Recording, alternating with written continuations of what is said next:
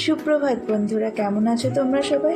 রিয়াজ ওয়ার্ল্ডের আরেকটি নতুন ব্লগে তোমাদের সবাইকে অনেক অনেক স্বাগতম আর অনেক অনেক অভিনন্দন।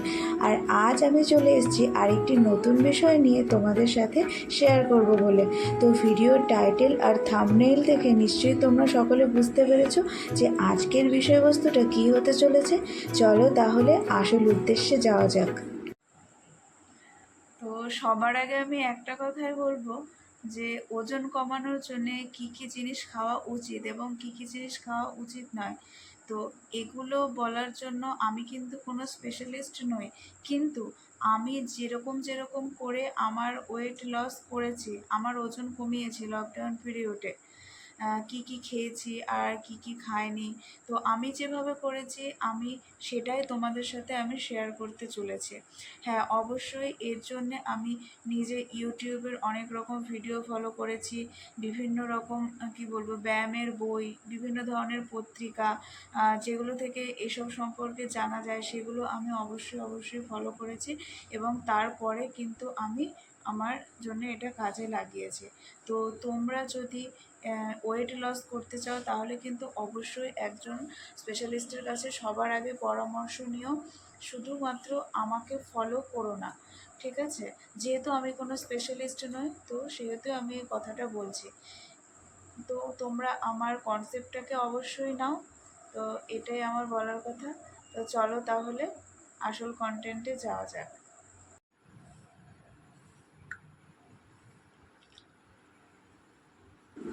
সকালে ঘুম থেকে উঠে আমার সবার প্রথম কাজ হলো এক গ্লাস উষ্ণ জলে একটা হাফ পাতিলেবুর রস নিয়ে নেওয়া আর তার সাথে এক চামচ মধু মিশিয়ে এই শরবতটা তৈরি করে নেওয়া।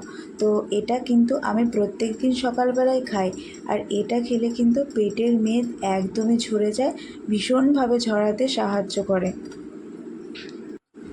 আর গ্লাসের সাইজটা কিন্তু একটু বড়ই নিতে হবে, খুব কিন্তু ছোট নিলে হবে না, একটু বড় সাইজ নিলে তাতে কিন্তু কাজ বেশি উপকার দেবে।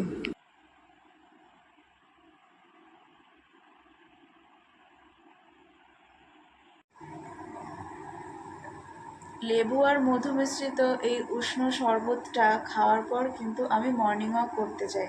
তো যেহেতু এটা খালি পেটে খেতে হয়, তো খালি পেটে খেয়েই মর্নিং ওয়াক আমি করতে যাই। তারপর মর্নিং ওয়াক সেরে এসে কিন্তু আমি স্কিপিং করি। লাফ দড়ি খেলে আসার পরে ঘরে এক্সারসাইজ করি। তো তখন তো অল্প অল্প খিদে পেয়ে যায়, তখন হয়তো কিছু ড্রাই ফ্রুটস খেলাম, খেজুর খেলাম কিছু, তারপর আমন্ড খেলাম। এরপর এক্সারসাইজ করে ওঠার পরে তখন খিদেটা আরেকটু বেশি বেড়ে যায়, তখন হয়তো চিনি ছাড়া চা খেলাম, কখনো হয়তো একটু মুড়ি খেলাম শসা দিয়ে, বা হয়তো মুড়ির সাথে হয়তো একটা বিস্কুট খেলাম। তো এইসবই আমি সকালবেলা ব্রেকফাস্টের জন্যে খাই। তো আমার মনে হয় যে যেহেতু আমি সবসময় এক্সারসাইজের মধ্যেই থাকি, তাই খাবারটাও যদি আমি ঠিক সীমিত পরিমাণে খাই, মানে পর্যাপ্ত পরিমাণে খাই আমি বলতে চাইছি, তাহলে ঠিক যতটা আমার খাওয়া উচিত ততটাই যদি খাই, তার থেকে যদি বেশি না খাই, তাহলে কিন্তু ওজন বৃদ্ধির সম্ভাবনা একদমই থাকে না। ওজনটা কিন্তু একটা লিমিটের মধ্যেই থাকে, যেহেতু আমি প্রত্যেক দিন এক্সারসাইজ করছি। এক্সারসাইজ করা তো বন্ধ করে দিচ্ছি না, যেহেতু আমি এক্সারসাইজের মধ্যেই থাকছি, আর তার সাথে যদি খাবারটাও আমি ঠিক পর্যাপ্ত পরিমাণে খাই, যতটা আমার খাওয়া উচিত ততটাই যদি খাই, তাহলে কিন্তু সেখানে ওজন বৃদ্ধির সম্ভাবনা একদমই থাকবে না, আর তার সাথে কিন্তু এনার্জিটাও থাকবে। তো সকালে এই ব্রেকফাস্ট করার পরে তারপর আমি কি খাই, চলো সেটা তোমাদের সাথে শেয়ার করছি। সকালের দিকে বেশিরভাগ দিনই আমি রুটি খাই, তবে কখনো কখনো ভাতও কিন্তু খাওয়া হয়ে যায়। যদি রুটি খাই তাহলে হাতে বেলা দুখানা রুটি, আর তার সাথে কিন্তু বেশি করে সবজি। আর এখন যে ভাতটা নিয়েছি দেখতে পাচ্ছ, সেটা কিন্তু খুব অল্প পরিমাণে, তার থেকে কিন্তু সবজির পরিমাণটা বেশি আছে। আর এই সবজির পরিমাণটা কিন্তু সব সময় বেশি করে মেনটেন করতে হবে। ভাতের থেকে আমাকে সবজিটা বেশি পরিমাণে খেয়ে পেট ভরাতে হবে। তার সাথে আমি তোমাদেরকে বলছি যে এই ওয়েট কমানোর জন্যে আমি তখন কি কি খেতাম না। তো প্রথম দিকে যেহেতু আমার ওয়েট অনেকটাই বেশি ছিল, তাই আমাকে ওয়েট কমানোর জন্য কিন্তু অনেক কিছু খাওয়া কিন্তু আমাকে মানে কমাতে হয়েছে। হুম। বিশেষ করে যেমন ভাত, তো আমরা বাঙালিরা কিন্তু ভাতটা খেতে ভীষণভাবে পছন্দ করি, তাই তো? তো আমি তো ভাতের ভীষণ কি বলে পোকা। তো সবার আগে আমাকে সেই ভাত খাওয়ানোটাই কমাতে হয়েছে। হ্যাঁ, কমাতে হয়েছে মানে পরিমাণ মতো, ঠিক যতটা আমার প্রয়োজন আমি ততটাই খেয়েছি। তার সাথে বিভিন্ন ধরনের ভাজাভুজি খাওয়া, হয়তো আলু ভাজা, বেগুন ভাজা, বা হয়তো ডিমের অমলেট খাওয়া, বা যে কোনো ধরনের মানে তেলে ভাজা জাতীয় জিনিস খাওয়াটা কিন্তু একদমই কমাতে হবে, একদমই খাওয়া যাবে না। হ্যাঁ, তোমার যদি খুব ইচ্ছে করে তাহলে হয়তো তুমি সপ্তাহে একবার খেলে হয়তো তাও একটা। এগুলো কিন্তু কন্ট্রোল না করলে ওজন কিন্তু কিছুতেই কমানো যাবে না, কারণ এগুলো ওজন কমানোর শত্রু। এগুলো যদি খাওয়া না কমায় তাহলে কিন্তু ওজন কখনোই কমবে না। তো আমি এগুলোও করছি, সাথে এক্সারসাইজও করছি, কিন্তু সেটা কাজ করবে না। হয়তো করবে, হয়তো সেটা অনেক দেরিতে হবে, কিন্তু যখন আমি এত পরিশ্রম করে এক্সারসাইজ করছি, আমি যখন ঠিক করেই ফেলছি যে আমি আমার ওয়েট লস করব, তখন আর একটু কষ্ট করতে ক্ষতি কী? না হয় যখন আমার ওয়েটটা একটা ঠিক জায়গায় এসে যাবে তখন না হয় খাবো। তা এখন যখন আমার ওয়েট লস করার পিরিয়ড চলছে, তখন তো একটু মেনটেন করে চলতেই হবে। তো এটুকু কিন্তু করতেই হবে। তার সাথে মিষ্টি জাতীয় খাবার, যেমন যে কোনো ধরনের রসগোল্লা, মানে চিনি দেওয়া যে কোনো ধরনের জিনিস, মিষ্টি দেওয়া যে কোনো ধরনের জিনিস কিন্তু খাওয়া যাবে না। এবং অতিরিক্ত পরিমাণে নুন খাওয়া, সেটাও কিন্তু করা যাবে না। অনেকে আছে যারা ভাতের সাথে বা ভাতের পাশে হয়তো একটু কাঁচা লবণ নেয়, এটা কিন্তু করা যাবে না। এগুলো করলে কিন্তু ওয়েট লস হবে না, এটা ওয়েট লসে কিন্তু অনেকটাই বিঘ্ন ঘটাবে জিনিসটাকে। আর তার সাথে যদি আমরা ভাজা লবণটা খাই, সেটা কিন্তু শরীরের জন্য অতটা ক্ষতি করে না, তো সেটা ট্রাই করা যেতে পারে। তার মানে অতিরিক্ত পরিমাণে মিষ্টি জাতীয় খাবার এবং নোনতা জাতীয় খাবার কিন্তু খাওয়া একদমই চলবে না। এবং ডিম যদিও খাই তাহলে কিন্তু ডিমের কুসুমটাকে অ্যাভয়েড করতে হবে অবশ্যই। আর আমার মতো যারা খেতে ভালোবাসো তাদের জন্য বলছি যে নিজের জিভটাকে কিন্তু সামনে রাখতে হবে। হয়তো বাড়িতে দেখছো যে মা লুচি বানাচ্ছে, গরম গরম লুচি ভাজছে, তো সেটা দেখে সমস্ত কিছু, যে আমি ওয়েট লস করছি, সব কিছু ভুলে গেলাম, দিয়ে গপাগপ লুচি খেয়ে নিলাম। তাহলে কিন্তু করলে হবে না, সেটা নিজেকে কন্ট্রোলে রাখতে হবে। হ্যাঁ, তুমি একটা খেতেই পারো, সেটা করাই যায়, তো একটা খাবে, তাতে এমন বিশেষ কিছু ক্ষতি হবে না। কিন্তু দুটো তিনটে চারটে এরকম কিন্তু খাওয়া যাবে না, যতটা পারো না খাওয়াই ভালো। আর তার সাথে কিন্তু জলটা প্রচুর পরিমাণে খেতে হবে, কারণ ওয়েট লস করার সময় যেহেতু এক্সারসাইজ করা হয়, সেহেতু কিন্তু প্রচুর পরিমাণে শরীর থেকে ঘাম ঝরে। তো সেই জন্যে কিন্তু শরীরে একটা জলের ঘাটতি হয়। তো সেই জন্য প্রচুর পরিমাণে জল খাওয়া উচিত এ সময়, 3 থেকে 4 লিটার দিনে।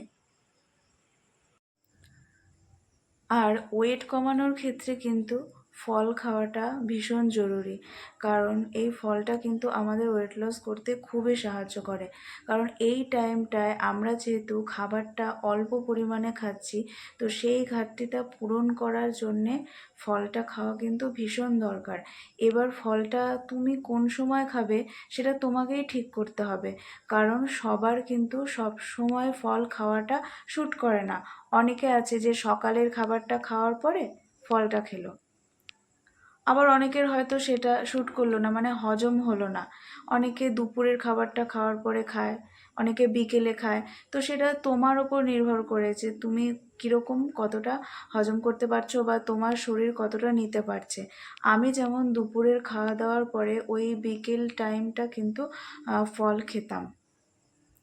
কখনো হয়তো একটা আপেল কোনো দিন খেলাম, তো তারপরের দিন হয়তো একটা গোটা পেয়ারা, এরকম তারপর দিন হয়তো শশা।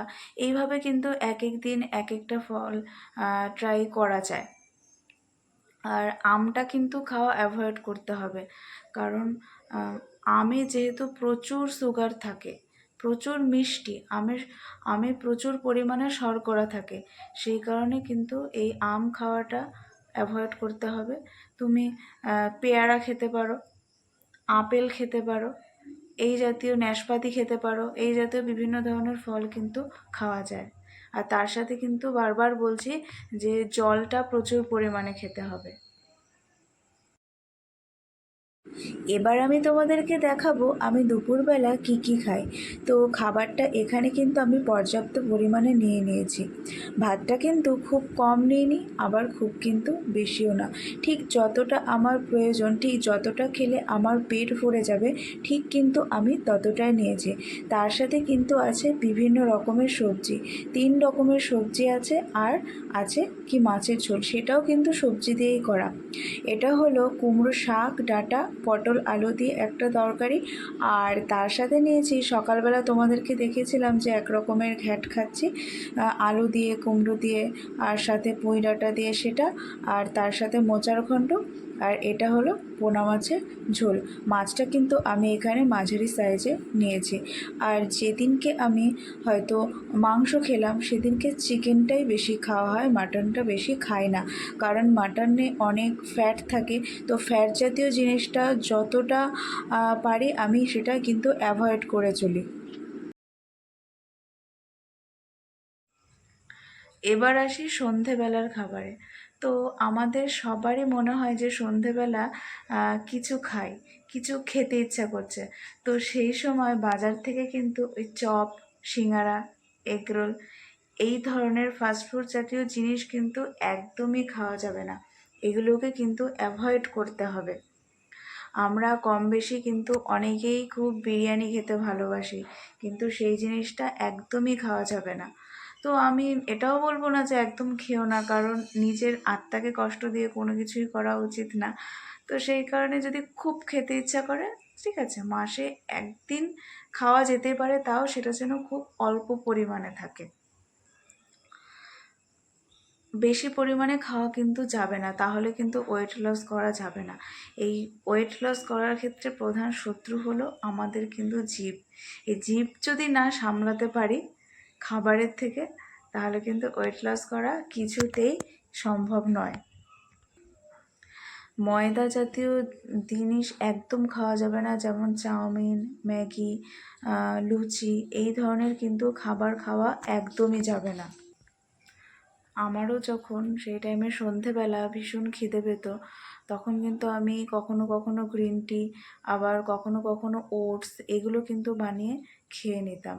তাতে পেটটাও ভরা থাকতো, আর ওটস খেতে তো দারুণ লাগে, তো হয়ে যেত।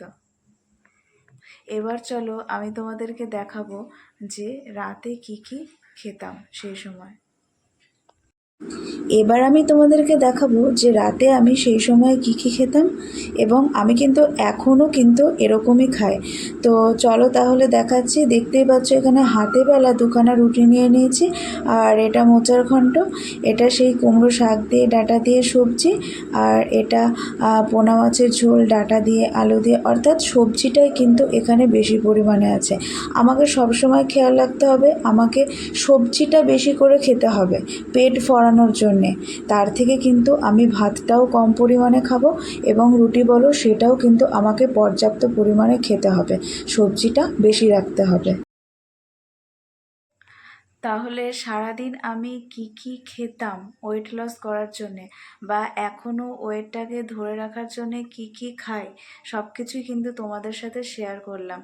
আর সব থেকে বড় কথা হলো, শুধুমাত্র খাওয়া দাওয়া কিন্তু মেনটেন করলে হবে না, তার সাথে কিন্তু এক্সারসাইজটা করাও জরুরি।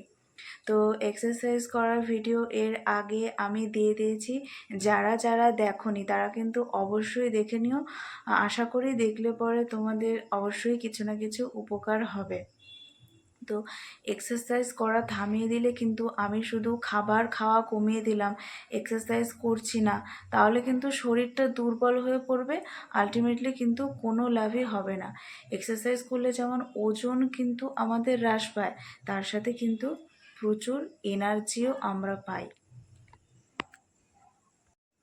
আর আরেকটা জিনিস, এর আগের দিন আমি তোমাদেরকে বলেছিলাম যে আমি যেহেতু আমার গালটা অনেকটাই ফোলা ছিল, সেই কমানোর জন্যে আমি ফেসের দুটো এক্সারসাইজ করতাম, ফেসের জন্যে শুধু। তো সেটা তোমরা চাইলে ট্রাই করতে পারো। তো সেটা আমি একবার দেখাচ্ছি তোমাদেরকে, দেখে নাও।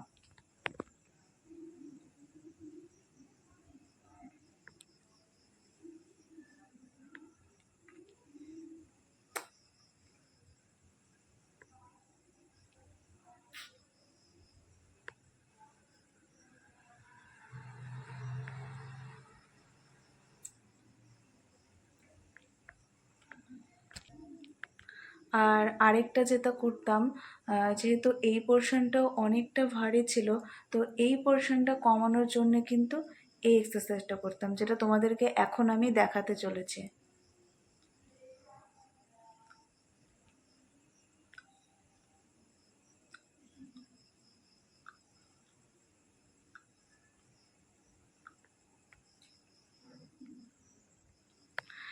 এবার কথা হলো, এগুলো কখন করতাম? এগুলোর জন্য কি আলাদা কোনো সময় দিতাম? না, আলাদা কোনো সময় দিতাম না। সকালবেলা আমি যখন মর্নিং ওয়াক করতাম বা যখন সন্ধেবেলা আবার আমি হাঁটতাম, সেই টাইমটা কিন্তু হাঁটার সাথে সাথে কিন্তু এগুলো আমি করতাম। আর যেহেতু আমি বাড়িতেই হাঁটতাম আর বাড়িতেই সবসময় যোগব্যায়াম করতাম, যেহেতু বাড়িতে হাঁটতাম তাই আমার হাঁটার সাথে সাথে এই ব্যায়ামগুলো করতে কোনো অসুবিধা হতো না। নিজের বাড়ির ছাদেই হাঁটতাম বা বাড়ির উঠোনে হাঁটতাম, হাঁটতে হাঁটতে কিন্তু এই ব্যায়ামগুলো করতাম। আর সেটা করে কিন্তু আমি অবশ্যই উপকার পেয়েছি, সেজন্য আমি তোমাদের সাথে এই জিনিসটা শেয়ার করছি। তো তোমরাও চেষ্টা করো, নিশ্চয়ই উপকার পাবে এতে। তাহলে আমি যেভাবে আমার ওজন কমিয়েছি, কি কি খেয়েছি আর কি কি খাইনি, বা এখনও কি কি খাচ্ছি আর কি কি খাই না, ফেসের জন্যে কি কি এক্সারসাইজ করেছি, সব কিছুই তোমাদের সাথে শেয়ার করলাম। তো আজকের ভিডিওটা এখানেই শেষ করছি। যদি ভিডিওটি ভালো লেগে থাকে অবশ্যই লাইক করো, শেয়ার করো, আর চ্যানেলটাকে কিন্তু বেশি বেশি করে সাবস্ক্রাইব করে দিও। আর সকলেই কিন্তু অবশ্য করে সুস্থ থেকো, ভালো থেকো, আর জলটা বেশি করে খাও। তো আজকের মতো এখানেই শেষ করছি। টাটা।